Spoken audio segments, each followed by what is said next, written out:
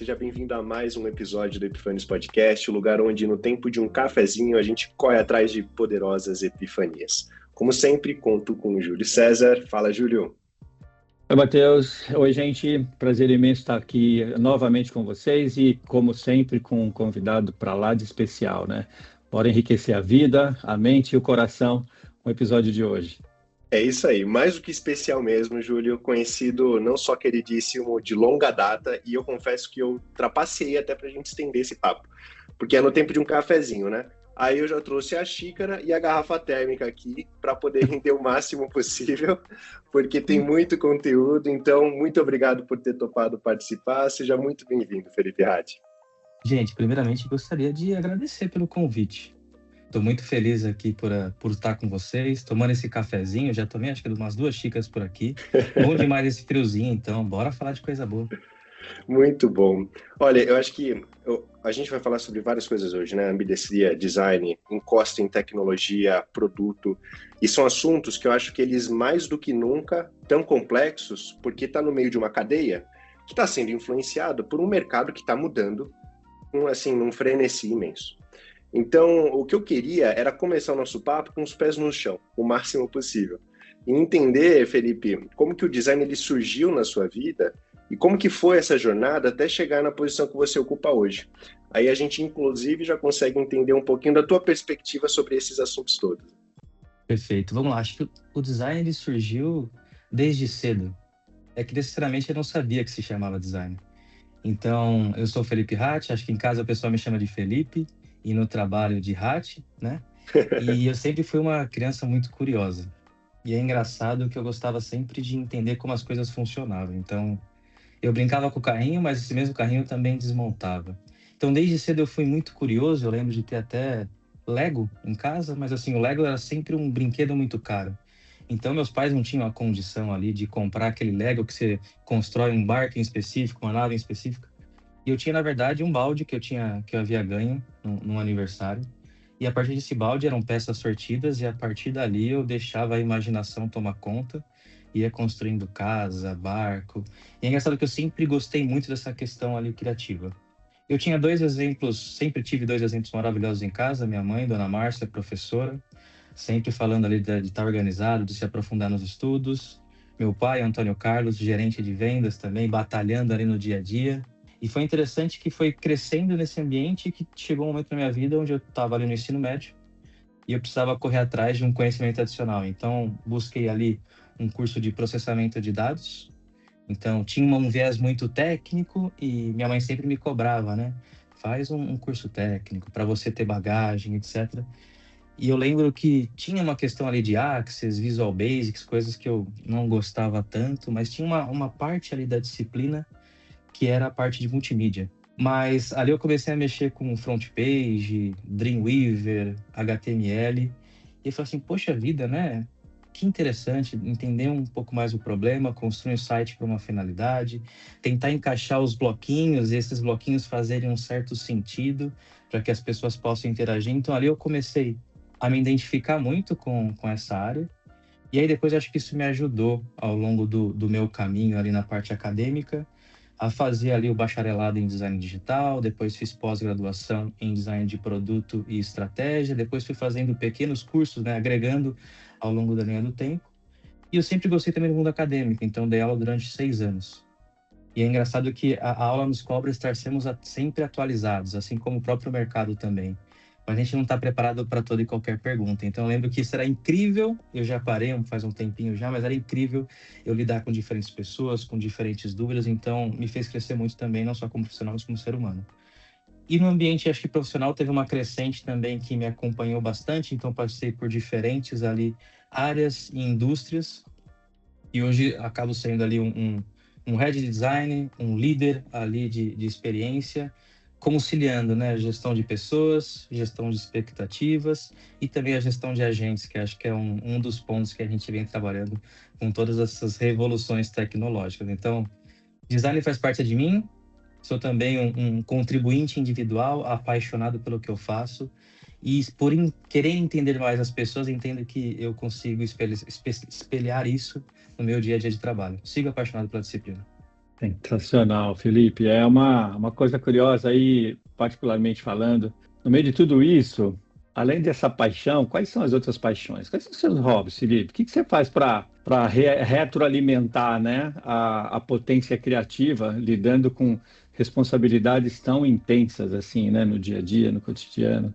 O que você gosta de fazer, né? Não vale falar jogar LOL apenas, tá bom? Eu gosto de jogar videogame, mas assim, o tempo já tá escasso o suficiente. Mas assim, eu gosto bastante de música. Então, desde pequeno também toco violão, toco guitarra. Já ensaiei ali algumas bandinhas no início, obviamente que não deram certo. Mas também gosto bastante de tentar conciliar um tempo de exercício. Então, é necessário, acho que além do ócio, a gente poder se exercitar. E gosto bastante de ler. Então, vira e mexe, eu estou comprando livros. Obviamente que eu acabo não lendo todos, mas eu gosto sempre de estar atualizado e vendo coisas novas. Sensacional, muito bom. Bora lá, Matheus. E assim, só com esse background, eu acho que assim, a gente já consegue entender que o nível ele vai ser alto, né, das respostas, até porque a segunda pergunta que eu tenho já, eu acho que ela traz um tema forte, né? Então é assim, como que você enxerga a inteligência artificial impactando na prática a nova forma de pensar customer experience, design, tomada de decisão nas empresas? Porque assim, você comentou da sua trajetória, e o design sempre sendo uma sementinha, né? Tendo consciência de que se chamava design ou não, e no meio disso tudo eu fico pensando, né? Talvez seja meio pretensioso falar que tudo é design, mas tá certo dizer que o design está em tudo. Então, na experiência, na tomada de decisão, esse assunto ele fica ainda mais importante quando a gente pensa numa nova dinâmica de trabalho, como a inteligência artificial propõe, com um novo desenho, portanto, né? Então, eu queria entender como que você enxerga a IA impactando o design, CX e as tomadas de decisão nas empresas. Nossa, acho que a gente está passando por uma revolução, né, tecnológica e uma evolução do nosso próprio modelo de trabalho. Então, ela impactou ontem, impactou hoje, impactou amanhã. Eu costumo dizer que, assim, só o fato de eu ter dormido e acordado hoje e estar aqui com vocês, já estou desatualizado. Então, o que é interessante aqui, acho que, trazer? Que as ferramentas acabam, acho que, potencializando nosso trabalho, a nossa disciplina aqui de design. Então, o que acontece? Eu costumo dizer também que eu estou acostumado a não seguir processos lineares no dia a dia de trabalho. Então, invariavelmente, como designer, eu entendo que eu preciso trabalhar bastante ali focado com eficiência para entregar resultado, mas eu também preciso fazer um bom uso da ferramenta para poder me ajudar nas tomadas de decisão.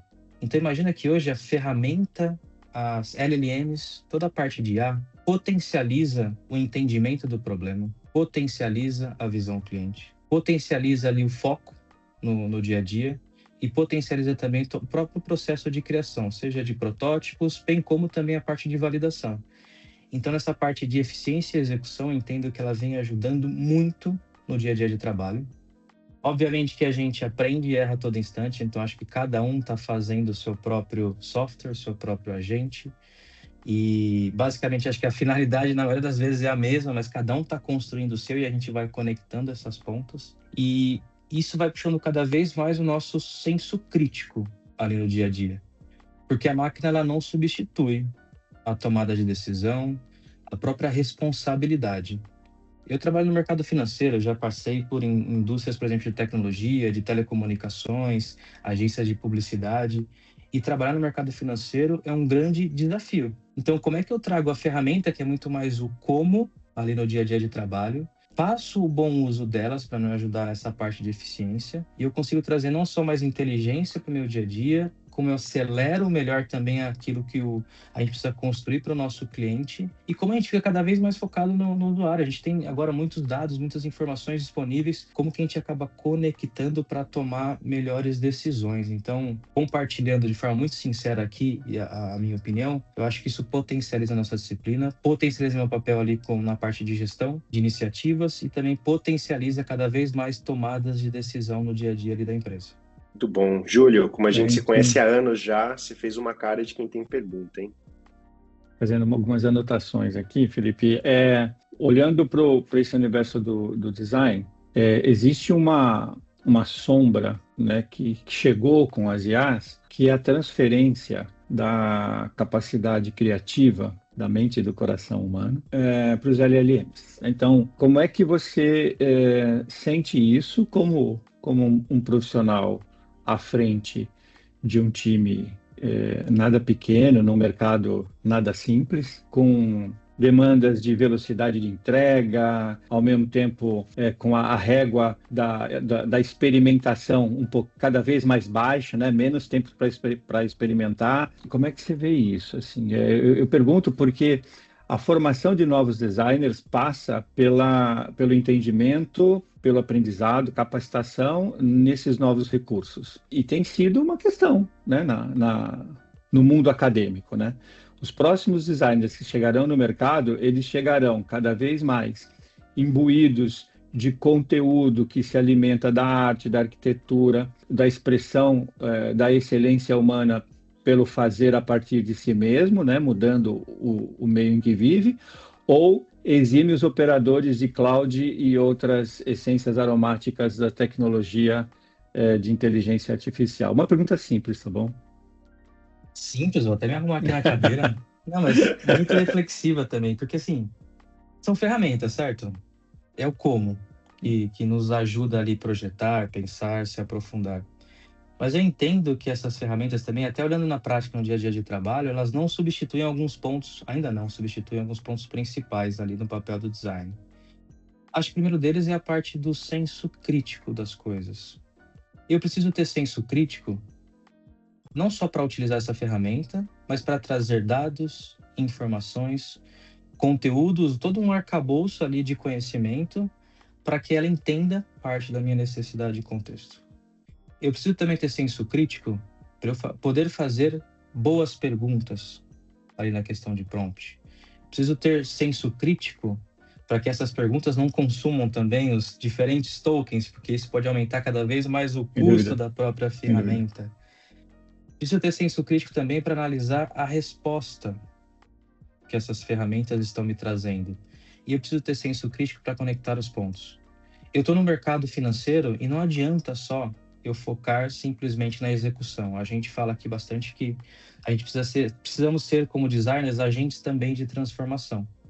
Então, conectar os pontos, trazer uma visão, por exemplo, do regulatório que impacta o dia a dia, fatores socioeconômicos, políticos, comportamentais, são informações e camadas muito importantes que vão se somando na visão de ferramenta. Então, acho que o senso crítico é fundamental. Outro ponto, criatividade, Júlio. Tanto Júlio quanto Matheus. Criatividade é fundamental. A gente tem uma parte ali do nosso feeling ou a bagagem que a gente vai adquirindo ao longo do tempo, mas a gente se manter curioso, tratar essa questão de experimentação como uma ferramenta fundamental para a gente aprender cada vez mais ali a visão cliente, porque a partir disso eu tendo a entender que o craft, a qualidade da experiência, ou então a questão de construir jornadas memoráveis fica muito mais sobre a nossa responsabilidade. A IA nos ajuda numa parte inicial de aprofundamento, nos ajuda também em identificação ali de problemas, nos ajuda também numa prototipação. Então,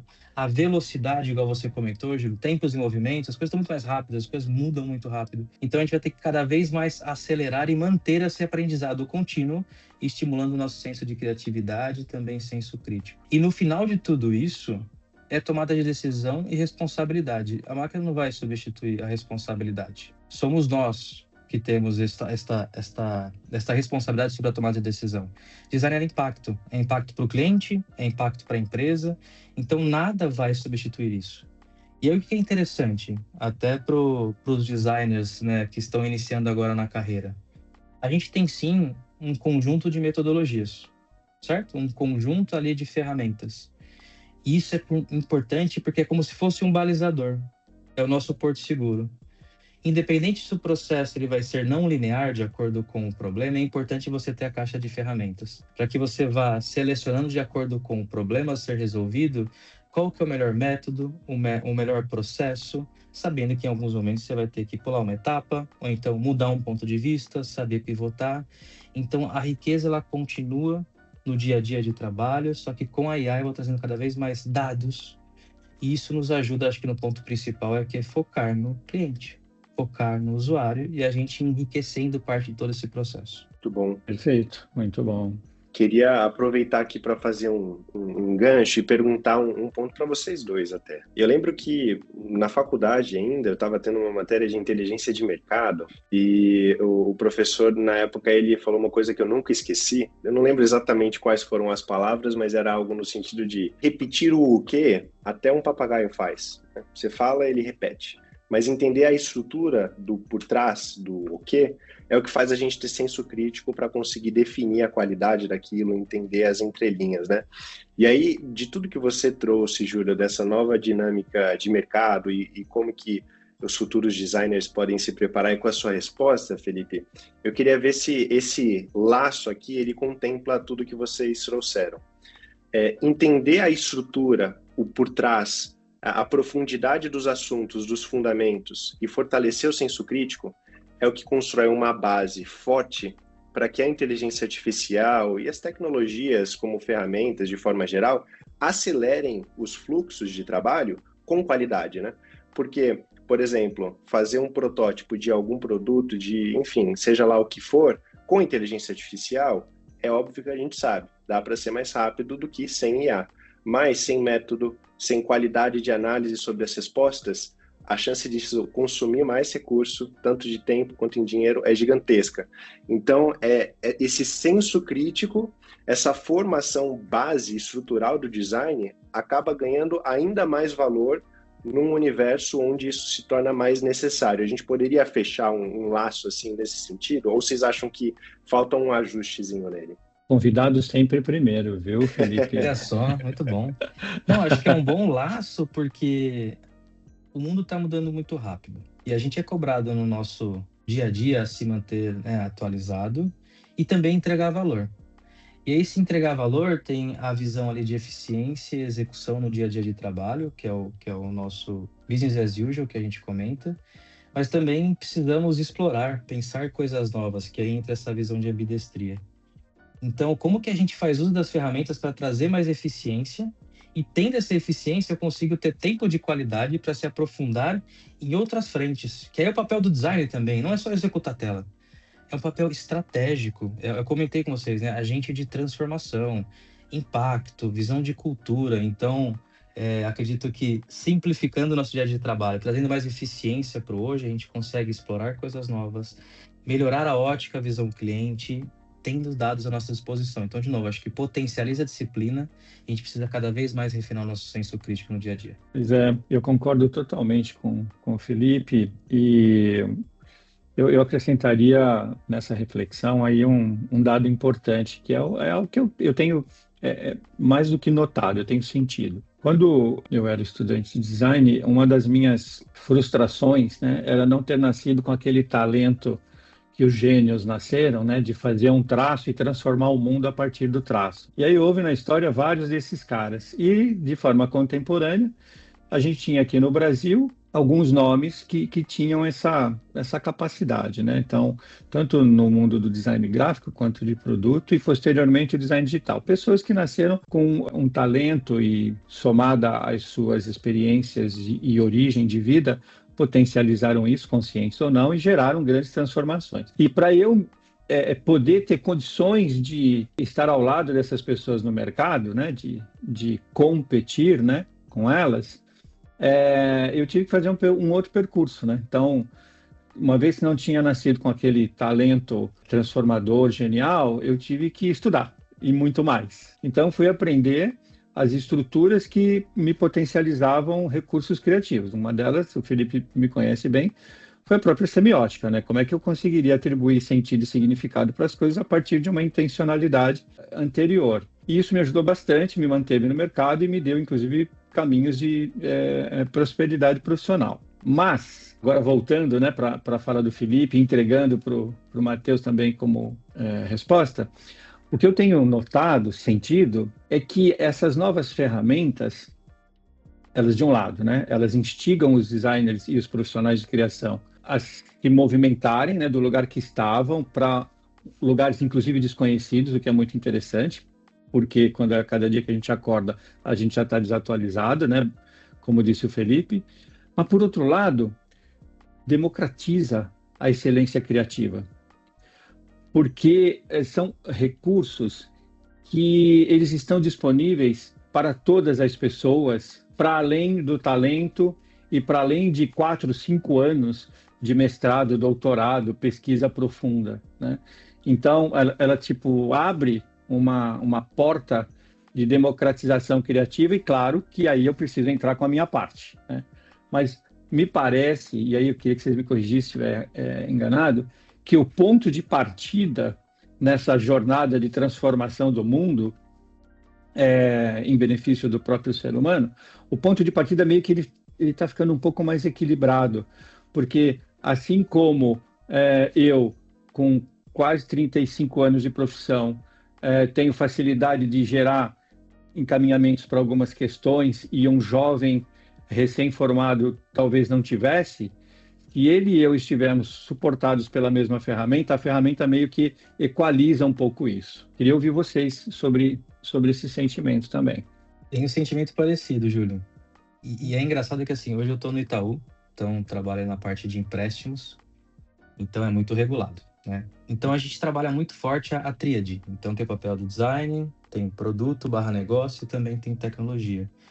E eu percebo até no dia a dia de trabalho que essas 3 esferas, que antes ficavam um pouquinho distantes e tinha uma área central ali de intersecção, elas estão cada vez mais próximas, né? Cada vez juntas assim no dia a dia de trabalho. Então é muito natural, por exemplo, a pessoa de produto já chegar para mim com um protótipo. Isso, exato. E qual que é o ponto principal aqui? A gente está produzindo em conjunto. Eu tenho a capacidade e também profundidade para entender as regras de produto, as condicionantes do mercado. O Bacen, que tem toda essa parte aqui regulatória, um senso de responsabilidade. Ou seja, ele me trazer uma ideia nos ajuda a não partir sempre da estaca zero. E as próprias ferramentas, acho que a parte mais rica disso é você conseguir acelerar essas etapas. Então, de novo, acho que o senso crítico, tomadas de decisão, os próprios questionamentos, os porquês e o quês, quando, como, acho que é fundamental, porque, de novo, vai potencializando. Ele não está fazendo necessariamente o meu trabalho. A gente está se ajudando a encontrar o melhor problema. Eu posso muito mais me aprofundar na visão cliente, juntando os dados, porque não adianta só olhar NPS. Para a gente falar de satisfação, de experiência do cliente, são um conjunto de indicadores. Assim como também eu posso fazer algo funcional, trocar um código junto com a equipe de tecnologia e vice-versa. Então, acho que a gente vai, de novo, se potencializando. E aí, de novo, o design tem um papel fundamental em termos de estratégia. Porque a gente não precisa somente executar. E a gente não faz isso. A gente precisa aportar valor na visão de negócios, o que entrega resultado para o cliente e para o banco, como é que a gente fortalece as disciplinas como fio condutor, como é que a gente potencializa a visão cliente, como é que a gente experimenta rápido. Então, de novo, acho que a ferramenta nos ajuda e não substitui ali o nosso papel. Muito pelo contrário. Ela, na verdade, leva o ser humano para o centro, porque no final é sempre de pessoas para pessoas. Muito bom. No fim do dia é isso, né? De pessoas para pessoas. Perfeito. E o Felipe, você trouxe uma palavra e com a pergunta do Júlio, eu acho que ela se conecta de uma forma muito boa, que é a ambidestria, né? Então, assim, pensando nessa tríade e na aproximação dessas áreas de conhecimento, né, por conta do recurso que a gente tem hoje, que é a inteligência artificial, como que a ambidestria ela é tratada no cotidiano mesmo, né? Da gente pensar em executar o que a gente precisa executar e, ao mesmo tempo, pensar as possibilidades e as oportunidades que existem a partir dessa aproximação onde todo mundo sabe um pouquinho, consegue aportar um pouco enfim, de design nas suas propostas, um pouco de tecnologia também, e por aí vai. E um adendo também, se você puder explicar a base, o que significa ambidestria de forma geral, acho que vai ser bom para pôr todo mundo na mesma página. Perfeito, eu vou tentar, tá? Com base nos conhecimentos que eu aplico no dia a dia, o que eu vivo. Quando a gente fala de ambidestria organizacional, é muito uma questão de comportamento, de ação, olhando basicamente o nosso contexto, que tudo muda a toda hora, a gente não tem muita previsibilidade do que vai acontecer amanhã ou semana que vem, e como que a gente se move aqui, não só como contribuintes individuais, mas como um time, tá? Então, acho que tem 2 pilares principais. Como é que a gente trabalha a questão de execução, então a gente precisa executar sim com eficiência, olhando ali a visão negócios, aportando valor a nível estratégico, mas como que a gente também consegue conciliar essa visão de explorar coisas novas? Como é que a gente traz o pensamento criativo? Como que a gente, como design de produto, consegue combinar as diferentes visões para encontrar novas oportunidades? E aqui cabe muito, acho que, duas frentes também, que eu sempre escuto que é difícil conciliar porque falta tempo e falta recurso. Mas, basicamente, acho que com as ferramentas no nosso dia a dia de trabalho, a gente consegue ter tempo de qualidade, tomando decisões ao longo ali do nosso dia a dia de trabalho para conciliar essas duas partes. Então, resumindo, eu preciso entregar com eficiência, mas eu preciso explorar um novo universo. E eu, como designer, como líder ali, agente de transformação, vou potencializando o time, porque, de novo, eu faço a gestão de equipes, gestão de iniciativas, gestão de expectativas e agora a gestão de agentes. A gente está produtando para o nosso cliente, mas produtando também para o agente. Então, assim, a gente consegue otimizar parte da eficiência do dia a dia, ganhando tempo para a gente se aprofundar. Eu costumo dizer, por exemplo, que antes a gente precisava pegar um output de pesquisa, um material de 50 páginas, para conseguir trazer insights relevantes, juntar com uma visão de tendências, para poder conseguir chegar ali em 3, 4 principais pontos que nos ajudariam a direcionamento de projeto. Hoje, com a gente, eu consigo já ter uma personificação, onde eu consigo, de forma muito rápida, trazer os materiais para construir essa persona e, a partir de um prompt, identificar ali quais são as principais dores, contexto. Aí, como eu trabalho no mercado financeiro, eu trago uma projeção de IPCA até 2028 para entender qual que vai ser essa questão econômica ao longo do tempo, porque isso impacta na tomada de decisão do nosso cliente, isso impacta o uso de crédito, isso impacta a questão de gestão financeira, isso impacta o superendividamento. Então, percebe que aqui eu estou fazendo o dia a dia de trabalho junto com o meu time, mas estamos antecipando um cenário futuro, trazendo um critério aqui de exploração. E é dessa exploração e teste rápido que a gente consegue influenciar backlog, que a gente consegue pivotar uma estratégia ali de produto, ou melhor, a gente consegue até agregar na própria estratégia, evoluindo. Então, assim, acho que esse poder de transformação mesmo, nada filosófico, tá? Nem para vender curso, mas assim... Bem pragmático mesmo, né? Isso, essa força motriz para a gente poder pensar, descobrir novas oportunidades. Porque, de novo, a gente mantém o senso crítico, a gente segue o potencial criativo, a gente tem um método como nosso balizador, o processo ele é não linear, a gente tem a nossa própria curiosidade, o trabalho em equipe, então, assim, tem uma questão cultural muito forte. Então, a gente vai, ao longo do tempo, obviamente, com tempo, com recurso, equilibrando, isso não é fácil, mas a gente vai não só trabalhando com a parte de eficiência e qualidade, mas buscando também essa parte de explorar novos cenários com aporte estratégico no dia a dia. Felipe, pegar o ganchinho aqui antes do Matheus avançar. Você falou em método e método foi uma das palavrinhas que eu acabei anotando aqui. Você e eu, estudando design, a gente ouviu em diferentes momentos, né? Apesar de contemporâneos, mas somos de gerações diferentes. Você e eu ouvimos falar de Bruno Munari, metodologia de design de Bruno Munari. Depois a gente conheceu lá na frente reflexões de Donald Norman. Ao lado disso, a gente ouviu que os millennials eram multitarefas. Muito curioso, porque agora a gente está chamando multitarefa de ambidestria. E no meio da multitarefa e ambidestria apareceram soft skills do lado dos hard skills. Então a gente é muito bom em botar etiqueta no comportamento humano para responder com relativa velocidade a uma mudança, não só de mercado, mas de tecnologia também. Eu não acredito mais que as metodologias tradicionais de solução de problemas que eu e você aprendemos funcionam com a eficiência que funcionavam antes da vida coexistente com agentes. E se isso tiver sentido e for real, então a gente precisa criar uma nova metodologia, considerando, né, esses novos recursos, esses novos olhares, para poder fazer com que a gente de verdade consiga sair lá na frente melhores do que já saímos com as metodologias anteriores. A minha pergunta, já é o momento de profissionais como você, por exemplo, começarem a escrever novas metodologias de projeto para os designers poderem sair do outro lado a partir dessa mudança toda de mundo, apesar de alguns momentos ou alguns signos serem apenas sido substituídos por etiquetas, mas meio que fazerem a mesma coisa que fazíamos no passado. Outra pergunta simples, né, Felipe? Super fácil, tranquilo assim. Vamos lá, eu sempre acreditei desde o começo que o método é uma forma de organizar o conhecimento. Igual você comentou, né, Júlio? A gente vai colocando diversas etiquetas, etc. Mas ao longo da minha carreira, acho que dependendo ali das iniciativas, eu segui sempre um processo não linear. E aqui isso não penalizou as iniciativas, não penalizou aquilo que a gente estava construindo como time, porque vai depender muito do problema, tempos e movimentos.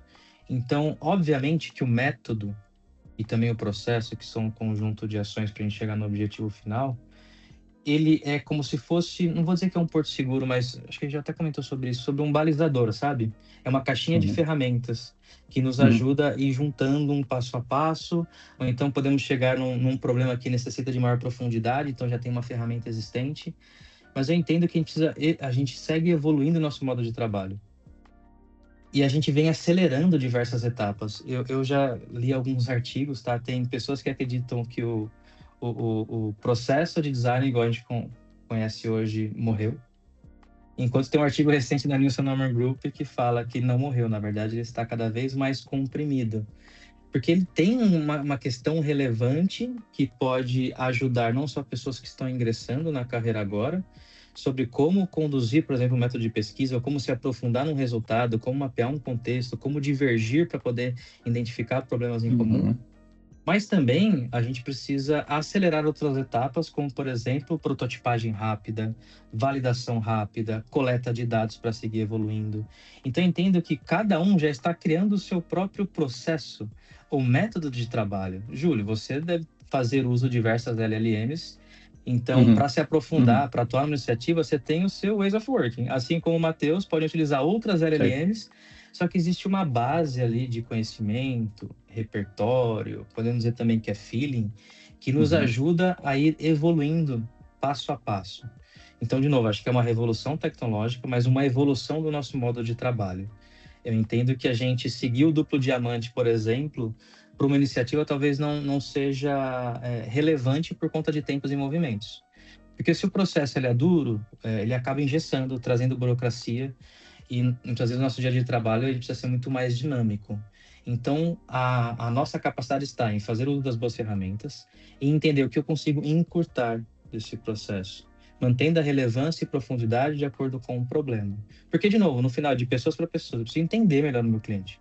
Qual que é o contexto desse cliente? O que eu preciso trabalhar aqui em termos de problema? Quais são as soluções que temos? Quais são as hipóteses? Validar, coletar aprendizado, chegar em algumas alternativas, seguir validando essa velocidade junto com a tríade produto, tecnologia e design, a gente seguir evoluindo, trabalhar não só iniciativas de longo prazo, mais estruturantes, mas iniciativas que entregam valor de forma rápida. O melhor teste com o cliente é você subir as coisas em produção, testar e validar. Isso não invalida um teste de usabilidade, isso não invalida uma pesquisa comportamental. Isso vai cada vez mais oxigenando. Um agente que eu crio hoje com perfil de cliente pode ser que ele vai estar desatualizado daqui a 3, 6 meses, porque tem questões, por exemplo, no Brasil, políticas esse ano, que pode mudar a forma como as pessoas pensam, questões econômicas. Então, isso não tira o fato de que existe a necessidade de a gente seguir pesquisando, falando com o cliente, aportando valor, para que o próprio agente esteja também atualizado para seguir melhorando o nosso senso crítico. Então, o processo, ele não acaba, eu acho que a gente vai reinventando, temos ali algumas linhas guias, mas cada um vai montando o seu processo de acordo com o problema e com a solução, e assim a gente vai evoluindo dia após dia. Muito bom, muito bom. E assim, uma palavra grande que você trouxe que ficou na minha cabeça, processos mais não lineares, né? Então, a soma a construção da frase de uma forma geral, eu fiquei pensando bastante nela, porque da nossa posição, que está mais relacionado à estruturação de processos, implementação de automação e agentes de IA também, o que a gente tem percebido é que cada vez mais o processo ele tem se tornado um alicerce para uma palavra mais importante, que é o contexto.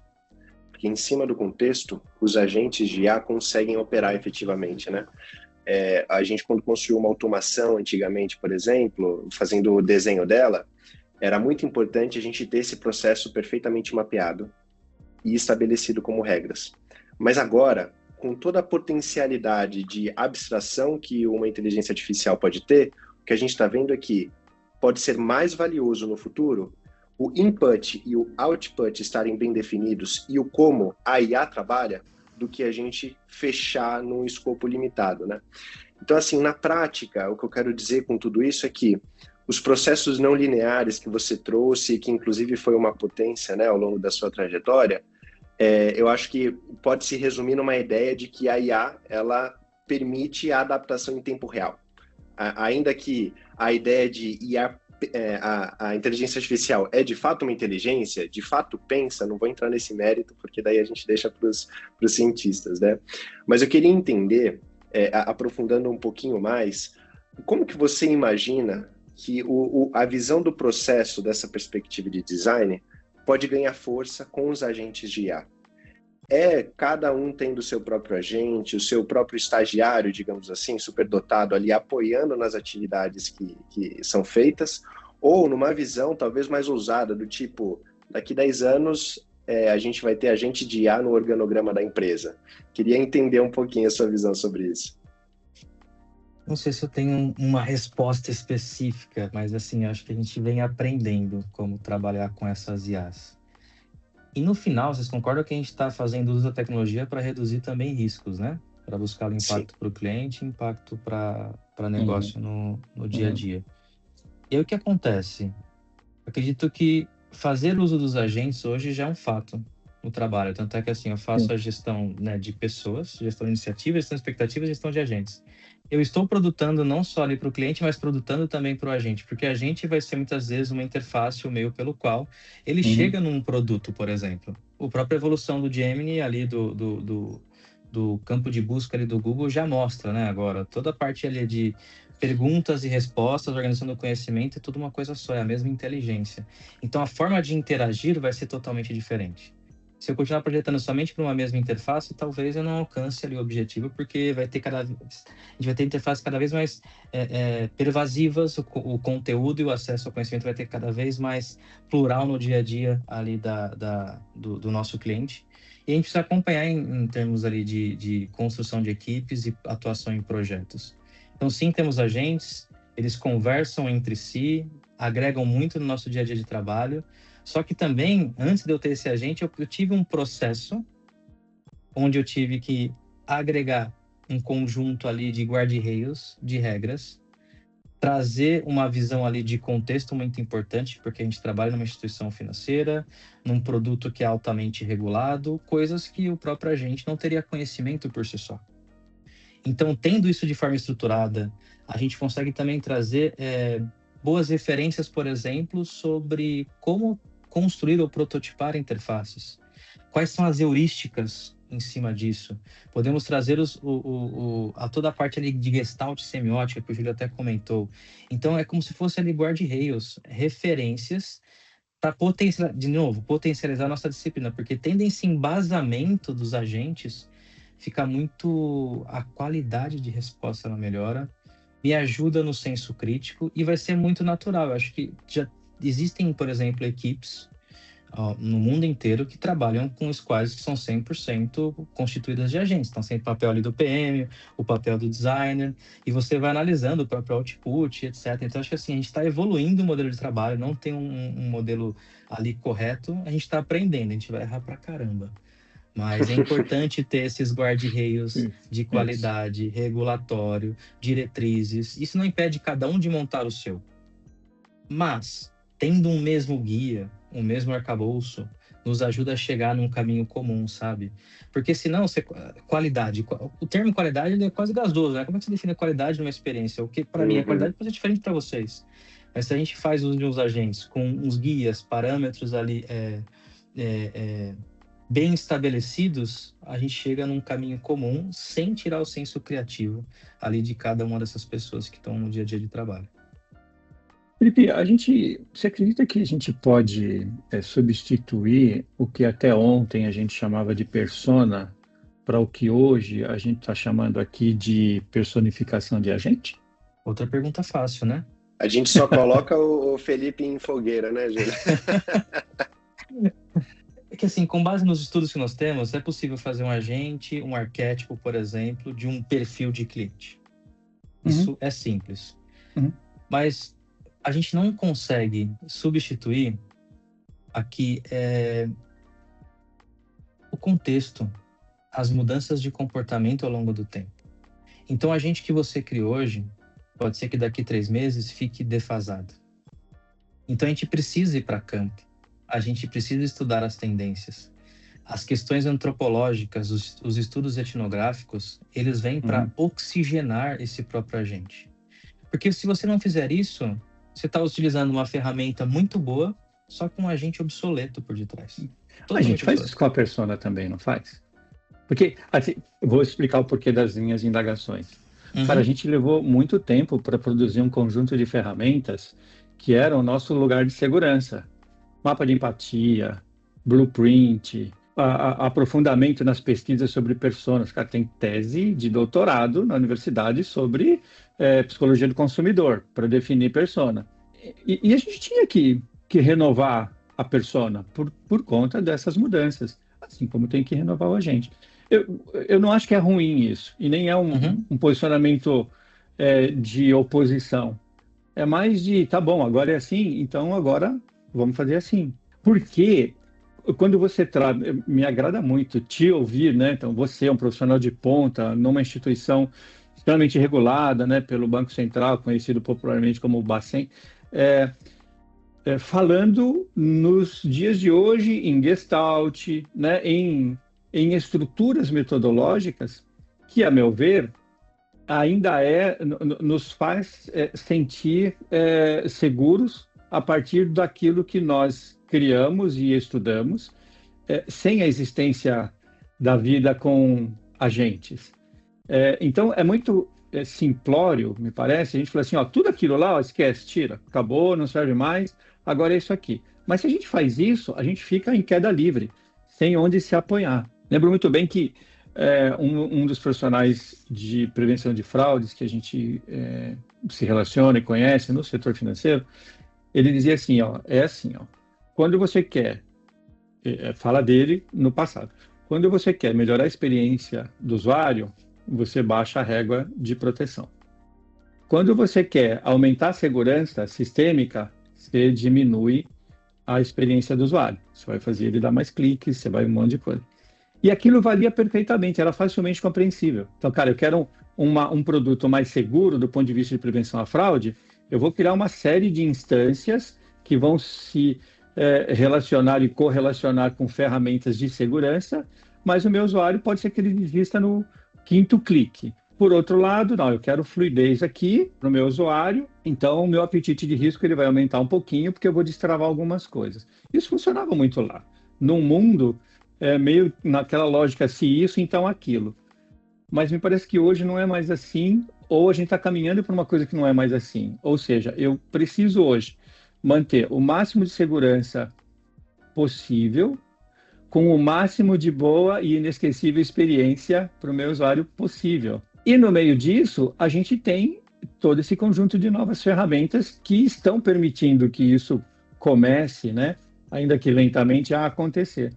Por isso que eu me coloco dessa maneira, assim, não é que, cara, as metodologias não funcionam mais, os agentes, eles vão substituir definitivamente as personas, mas é que talvez, sabe, a gente fazer uma atualização, uma revigoradazinha, né, no nosso entendimento sobre esses termos, ou mesmo metodologias anteriores a essas novas tecnologias, pode ser que a gente potencialize aquilo que a gente já tem como plataforma de segurança humana, ou pode ser que a gente entenda mesmo, cara, esquece o conceito de persona, bora agora personificar a gente, porque esses caras são inclusive mais rápidos de serem atualizados, porque eventualmente um algoritmo pode atualizar o meu agente a partir do comportamento de consumo do meu cliente nas minhas plataformas, né?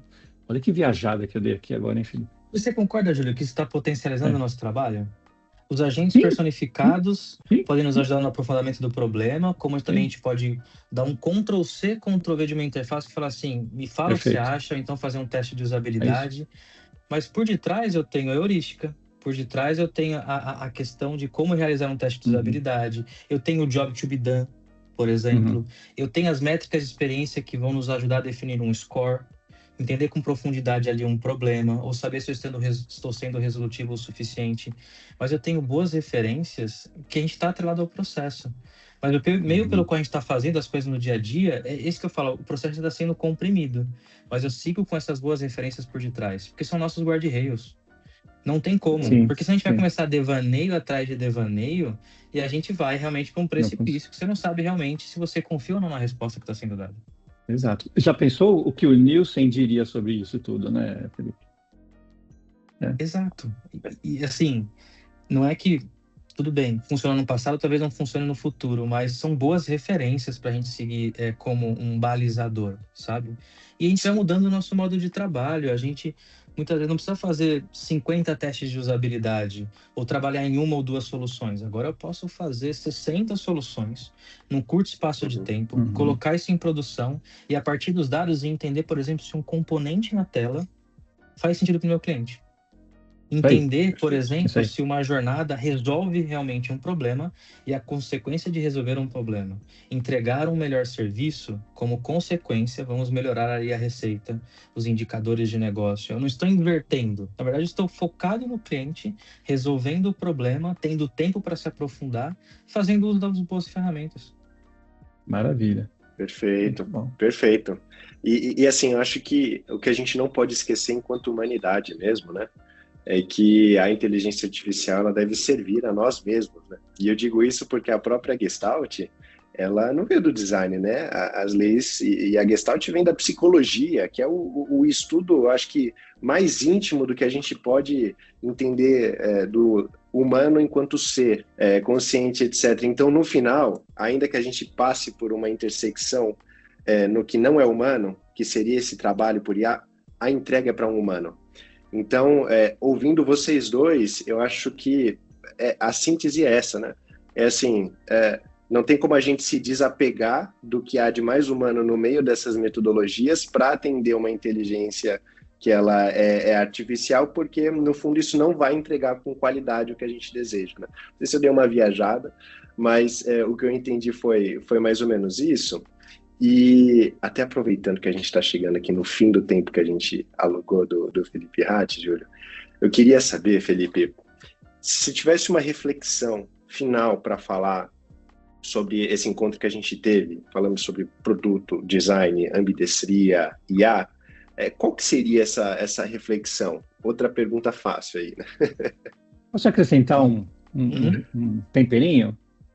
A partir dessa sua reflexão, hoje, qual é a sua bandeira? O que é que você está defendendo como profissional de design, né? Pô, nossa, duas perguntas super fáceis também. É, eu sou muito otimista, sempre fui, desde pequeno. Então, independente da tecnologia, da evolução, a evolução que a gente passa, eu sempre tento encontrar uma forma positiva de ler os cenários. E falando sobre a questão reflexiva, né, reflexão final aqui, eu entendo que no dia a dia a gente pode se comportar de maneiras diferentes. Eu posso simplesmente negar tudo o que está acontecendo e não me mover, mas também eu posso querer fazer tudo ao mesmo tempo, aumentando o meu grau de ansiedade, tentando mexer nas nossas crenças e talvez isso não nos leve para algum lugar. Mas tem um meio do caminho que eu acho que faz parte da reflexão, que é você sair da zona de conforto, tentar fazer diferente. Você como designer, não só profissional, mas também como ser humano, você tem um conjunto de referências. Você não está onde está à toa, você já passou por diversos desafios. Então comece a explorar essas ferramentas. Comece a pesquisar os fundamentos. Comece a colocar isso em prática. Traga essa questão do processo como algo que te ajude no dia a dia a identificar esses balizadores. Comece não só a criar os seus próprios agentes, as suas próprias ferramentas, os seus próprios até mesmo softwares, mas compartilhe com o outro. Porque a partir desse compartilhamento, A mais B pode ser igual a C. E você vai evoluindo e o seu dia de trabalho vai ficando cada vez melhor. Buscando tempo cada vez mais de qualidade. Se aprofundando na visão cliente, como ciência mesmo, sabe? Métricas, visão cliente. Para você cada vez mais conseguir protagonismo no seu dia a dia. Eu comentei assim, a gente não só executa a interface. A gente é mais que isso. Design é projetar. A iniciativa lá na frente é a materialização, é o meio pelo qual a gente conseguiu ao longo do tempo identificar quem que é o cliente, o nosso problema, quais são as possibilidades de solução, validar e chegar numa solução final. Mas você precisa fazer uso das boas ferramentas, potencializar o seu conhecimento, sair da zona de conforto para aprender, questionar, agregar. Porque isso vai te enriquecendo e no final você vai conseguir ser um agente de transformação, impactando a cultura, o seu dia a dia de trabalho, aproximando as disciplinas, produtando com as pessoas, entrando na área de produto, entendendo as regras, também entendendo a questão do quão factível é uma solução, quiçá fazendo um código, dividindo com o próprio engenheiro ali dentro da squad, voltando e integrando em conjunto, descentralizando o próprio conhecimento, potencializando o trabalho ali em equipe, aprendendo bastante ali com o cliente. E assim a gente vai evoluindo, porque, de novo, design é impacto. E é sempre de pessoas para pessoas. Seja você um líder que tem como potencial ser um líder de transformação, impactar mais pessoas, dar um bom direcionamento, uma veia estratégica muito forte, motivar essa equipe, trabalhar com PDI, encontrar oportunidade em meio ao caos da operação. Também um gestor de iniciativas que consegue não só entregar com eficiência, mas pensar no futuro para encontrar coisas novas, aportar valor para uma mudança de backlog, direcionamento ali junto com as equipes de produto e tecnologia. Uma pessoa também consiga liderar e orquestrar diferentes agentes com um senso de responsabilidade e criticidade elevados, para que a gente possa entregar cada vez mais soluções de qualidade. E também gestão de expectativas, não só dos stakeholders que estão contigo, mas de você mesmo. Porque senão, a gente tem muito acesso à informação. Eu estou desatualizado porque eu dormi ontem e acordei hoje, mas se eu deixar isso como fator principal no meu dia a dia, não vai me levar a nenhum lugar. Então, sair da zona de conforto, testar, aprender e compartilhar, para que a gente seja um agente de transformação, indo além do entregar telas e experiências da execução, para potencializar cada vez mais a nossa disciplina e visão pessoas. Boa. E a sua bandeira? Minha bandeira? Nossa, tinha até esquecido dessa... De evoluir sempre. Eu acho que é evoluir sempre, Júlio. Evoluir sempre. Não, esse movimento não é diferente de todos os outros que a gente já viveu. Inclusive, eu estou me atualizando. Chegou ontem um livro bem interessante, não sei se dá para fazer um jabá aqui, não comecei a ler, tá? Claro. Os Novos Titãs. Muito bom. Legal. Falar sobre responsabilidade, futuro das IAs, como é que as empresas, as gigantes de tecnologia estão fazendo uso, a questão também do trabalho ali do ser humano, acho que é muito importante, e essa inquietação também acho que é uma bandeira muito boa. Eu acho que é uma excelente bandeira, né? A bandeira só se faz como tal se tiver um vento soprando, né? E ela se permitir flambar, assim, né? E é isso. É a evolução. Muito bom. Puxa vida. Bom, vocês acharam que ia acabar essa conversa, mas agora é a parte 2 aqui, vamos lá, né? Bom demais. Eu queria agradecer muito a sua participação, Felipe Ratti, né? Como a gente já é mais próximo, vou tomar liberdade de chamar de Felipe mesmo. Foi muito boa a conversa, eu acho que a gente está num momento que a gente fala de muitas potencialidades, de futuro e etc, e tem tudo para o papo ficar meio aéreo, assim, disperso. Mas a gente conseguiu convergir tantos aspectos de uma forma tão concentrada que, com certeza, quem ouviu, tomou esse cafezinho aqui com a gente, deve ter saído com excelentes epifanias, como a gente pretende sempre alcançar. Então, agradeço muito a sua participação, Felipe. Eu que agradeço, gente. Muito honrado por estar aqui com vocês e que a gente possa ter mais cafés para debater cada vez mais sobre toda essa evolução, que nos torna cada vez mais humanos. Boa. Não tenha dúvida disso, né? E, Felipe, assim, a minha fala final é que alegria e que honra aprender com você, né? Eu entendo que as pessoas que trabalham com você no dia a dia têm essa oportunidade diariamente, a gente não tem, né? mas quando a gente tem essa oportunidade aqui nesses fragmentos de trocas, sempre tem sido, né? Nos últimos anos, apesar de uma frequência menor do que a gente gostaria, mas tem sido sempre um aprendizado. Então, aprender como liderar uma equipe numa instituição gigante, com demandas e responsabilidades igualmente gigantes, isso não é para todo mundo. E você faz isso. Então, aprender, te ouvir e aprender com você, para a gente é muito, muito valioso, e eu não tenho dúvida que para o pessoal que assistirá esse episódio aqui também será, né? Grandes epifanias devem surgir daí. Muito obrigado, Felipe. Eu que agradeço, o Júlio sabe que eu tenho uma gratidão enorme por você, né? Além de amigo, mentor, professor, você vem me acompanhando muito e foi base fundamental no meu crescimento. Então, que a gente possa seguir ainda mais em contato. Obrigado. Que assim seja mesmo, né? Quando o professor passa a aprender com o ex-aluno, aí fez sentido, né? Ser professor primeiro para virar aluno dele depois, né? É muito bom. Muito bom. Então, muito bom, gente, Felipe, muito obrigado. Você que ficou até o final, agradeço muito por ter participado dessa conversa com a gente. Deixe o seu comentário, a gente quer ouvir muito você e a gente se vê no próximo cafezinho. Até a próxima. Obrigado. Até a próxima. Tchau, tchau. Obrigado.